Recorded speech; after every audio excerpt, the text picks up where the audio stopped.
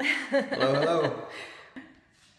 So we just finished up the home inspection. Really, it's a fabulous home. They really did a good job with most of the details on the home. And I was telling Jason, the project manager here, just that I noticed those type of things when they pay attention to details.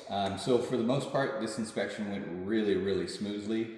There were only a couple of things that you'll find on the home inspection that are some areas where we need some possible repairs and maybe the builder to come back and fix some things. One of them was underneath the tub that was just installed. We found a little bit of moisture in the crawl space, a little small puddle, and then a little bit of water up in the insulation. That totally could have been from when they just recently installed the soaking tub in there, but just have the plumber come out and take a look and just verify.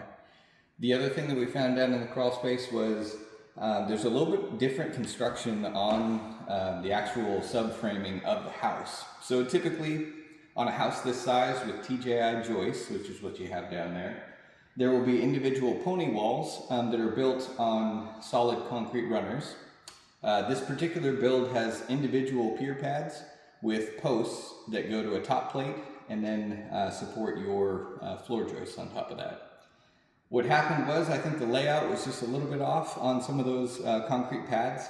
So the concrete pads actually have straps installed in them, and then the post goes right over those straps, and then they're supposed to be connected to that top plate that is right below the floor joists. When all those things were a little bit off, I noticed on probably 20 or so posts towards the front of the house that they had been cut on the top so that they could move over, and then those straps were kind of elongated and put onto the post.